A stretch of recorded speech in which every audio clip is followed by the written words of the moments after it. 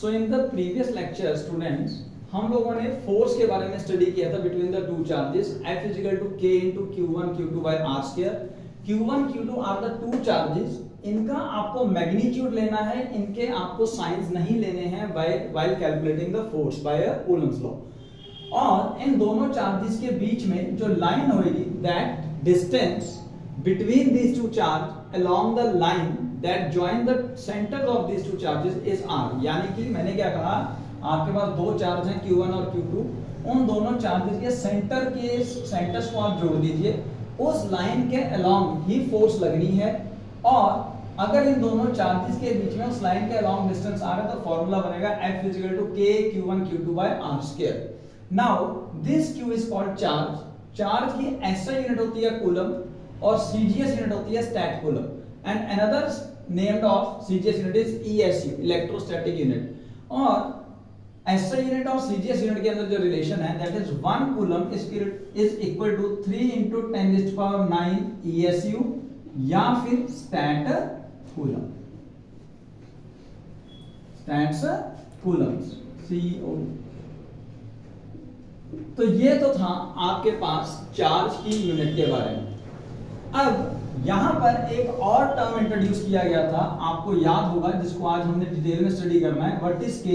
K is called 1/4 pi epsilon, 1/4 pi epsilon into Q1 Q2 by R square। तो यहाँ पे ये जो टर्म है this epsilon is called permittivity of a medium, permittivity of a medium।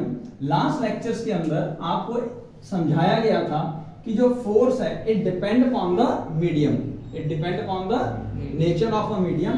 तो अगर आप इन दो चार्जेस को एयर में या वैक्यूम में रखेंगे, या उन्हीं दो चार्जेस को अगर आप किसी मीडियम में, सपोज आपने वाटर में या किसी ऑयल में रख दिया, तो जो फोर्स ऑफ इंटरेक्शन है इसकी वैल्यू वेरी करेगी, वेरी करती है because of this term is called permittivity. What is this is called? Permittivity of medium. अलग अलग तरह के मीडियम्स की परमिटिविटी अलग अलग होती है।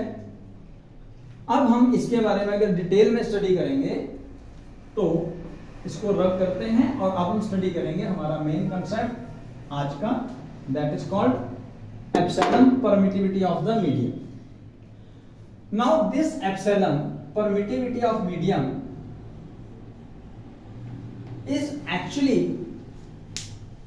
permits the force of interaction between the two charged particle in a particular medium। नाम से ही समझ में आ रहा है कि ये वो फोर्स ऑफ इंटरेक्शन परमिट करता है between the two charges in the particular medium. Her medium का अपना अपना परमिटिविटी होगा, इसके हिसाब से एप्सिलॉन की वैल्यू भी सबकी वेरी करेगी। तो it permit the own field, it permits it's own field to decrease the interaction of the field between two charges। So this could be the definition, exact definition। So what is epsilon? Epsilon is the permittivity of the medium, permits its own field। ये basically अपनी field introduce कराता है between the two charges, medium अपनी field introduce करवाता है between the two charges, ताकि वो दो mediums के बीच में जो electric field है उसको decrease कर सके just by decreasing the interaction. यही रीजन है इसको इंट्रोड्यूस किया गया है। अब आपको ये बताया जाएगा कि ये जो टर्म है परमिटिविटी, ये सबसे लीस्ट वैल्यू कैरी करती है, मिनिमम वैल्यू कैरी करती है इन वैक्यूम या एयर, इन वैक्यूम और एयर, जिसकी वजह से इसे कहा जाता है epsilon naught. So in vacuum और air it is named as epsilon naught, और इसको कहा जाएगा अब एब्सोल्यूट परमिटिविटी, एब्सोल्यूट परमिटिविटी। ये पॉइंट क्लियर हुआ आप सबका पहले? Yes sir. अब इशू आता है कि सर अगर सेम चार्ज को अलग अलग मीडियम में रखते हैं तो उनकी जो परमिटिविटी है वो वेरी करेगी, तो क्या रिलेशन है इन दोनों में? What is the relationship between permittivity of the medium and absolute permittivity? Absolute permittivity की वैल्यू आपको बताई गई थी 8.85 into 10⁻⁻12 कूलम स्क्वायर पर न्यूटन पर मीटर स्क्वायर। ये टर्म याद है आपको। अब there is another one term जो कि इन दोनों के बीच में, इसको मैं एप्सिलॉन एम लिख देता हूं, जो कि इन दोनों टर्म्स के बीच में रिलेशन फाइंड करती है, that is called relative permittivity, या फिर हम इसको डाइइलेक्ट्रिक कांस्टेंट भी बोलते हैं।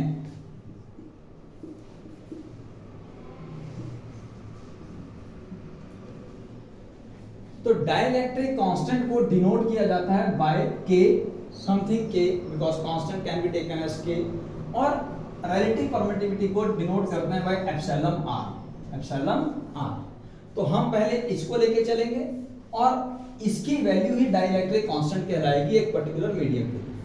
सो epsilon R, that is called the relative permittivity of a particular medium, is defined as the ratio of relative permittivity of medium with respect to the relative permittivity in a free space, यानी कि epsilon m upon epsilon naught is equal to epsilon r। इस हिसाब से अगर आप calculate करना चाहते हो permittivity of the medium epsilon m, it can be written as epsilon r into epsilon naught। यानी कि अगर आपको epsilon r पता लग जाए तो उसको epsilon naught से मल्टीप्लाई कर दीजिए, then you are able to find out the permittivity of the medium, permittivity of the medium. अब आपको एक चीज और बताता हूं कि जैसे आपके सामने ये फॉर्मूला है, तो अगर फोर्स का फॉर्मूला आप लिखेंगे F इज इक्वल टू के, के की जगह हम लिखते हैं 1/4 by epsilon m into q1 q2 by r square. अब आप देखिए force here is inversely proportional to the permittivity of the medium, यानी कि जिस मीडियम में परमिटिविटी की वैल्यू ज्यादा होगी वहां पे फोर्स ऑफ इंटरेक्शन कम हो जाएगी। और अभी मैंने आपको बताया कि सबसे कम मिनिमम परमिटिविटी किसकी होती है, एयर की या वैक्यूम की, एयर की या वैक्यूम की, फ्री स्पेस की, इन अदर वर्ड्स हम कहें, है ना। अगर हम बाकी दूसरे पार्टिकल्स के दूसरे मीडियम्स के बारे में बात करेंगे, उन सब की परमिटिविटी डिफरेंट होती है, उन सब की परमिटिविटी डिफर करती है। तो इसके भी हम कुछ एग्जांपल लेंगे। पहले आप ये समझ लीजिए कि अगर एप्सिलॉन m ज्यादा, तो force of interaction between the two charge particle is less as compare to the force of interaction between the two same charge particle and placed in the vacuum और इन अ फ्री स्पेस। तो इस term को आप दोबारा समझ लीजिए, this is very important term, this is called epsilon r, and this epsilon r can be studied by using this formula epsilon m divided by epsilon naught। इसी को आप डाइइलेक्ट्रिक कांस्टेंट भी कह सकते हो। हम इसका एक एग्जांपल लेते हैं, let us take the example water. तो हम एक मीडियम लेंगे वाटर, सारा उठ गया।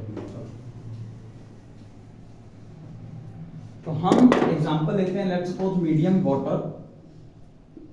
स्टूडेंट्स, हर एक मीडियम का अपना अपना डाइइलेक्ट्रिक कांस्टेंट होता है। मैंने सबसे बेसिक एग्जांपल लिया है वाटर का, H2।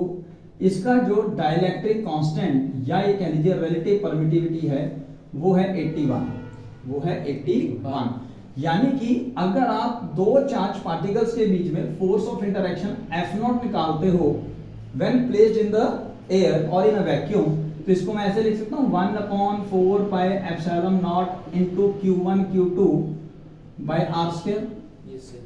अब आप क्या करेंगे, सेम चार्जेस को यानी कि q1 और q2 को सेम सेपरेशन में रखते हुए अब आप वाटर में इंट्रोड्यूस करेंगे, तब आपके पास फोर्स आएगी Fm is equal to 1/4 pi epsilon m q1 q2 by r square. Now we have to find out the relationship in terms of epsilon r। अब आप यहां से फॉर्मूला लगाइए, epsilon m is equal to epsilon naught into epsilon r। तो force in the medium is equal to 1/4 pi epsilon naught into epsilon r into q1 q2 by r square। यहां तक कोई दिक्कत किसी को? अब देखिए इसकी वो बात जो हम समझाने की कोशिश कर रहे हैं वो आपके सामने आ जाएगी। तो आप देखिए 1/4 pi epsilon naught into q1 q2 by r square can be written as f0। so fm is equal to f0 divided by epsilon r। you can see this। तो यानी कि एप्सिलॉन आर का वैल्यू कितना रखा हमने water के लिए, it means force in the charge particle, force in the two charge particles placed at a distance r is equal to 1/81 times 1/81 times of the force when these charge particles are placed in the air। ये point समझ में आया? इसीलिए water एक universal solvent है या very good solvent है, क्योंकि वो दो पार्टिकल्स के बीच में जो फोर्स ऑफ इंटरेक्शन है उसको 81 टाइम्स डिक्रीज कर देता है, 81 टाइम्स डिक्रीज कर सकता है। You can see here. अब इस हिसाब से इसका एक फॉर्मूला और आ गया। अभी आपने एक फॉर्मूला स्टडी किया, epsilon r is equal to k is equal to epsilon m divided by epsilon naught, है ना। अब यहां से एक फॉर्मूला और डिराइव हो जाता है, that epsilon r can also written as f naught upon fm, that is force experienced by the charged particle, force experienced by the charged particle in vacuum divided by force experienced by the same charged particles separated by the same distance in the medium। That's why you can see here, जैसा मैंने पहले बताया कि you can see force is inversely proportional to epsilon r, and epsilon r is nothing else, it is epsilon m divided by epsilon। यहां तक कोई दिक्कत किसी को?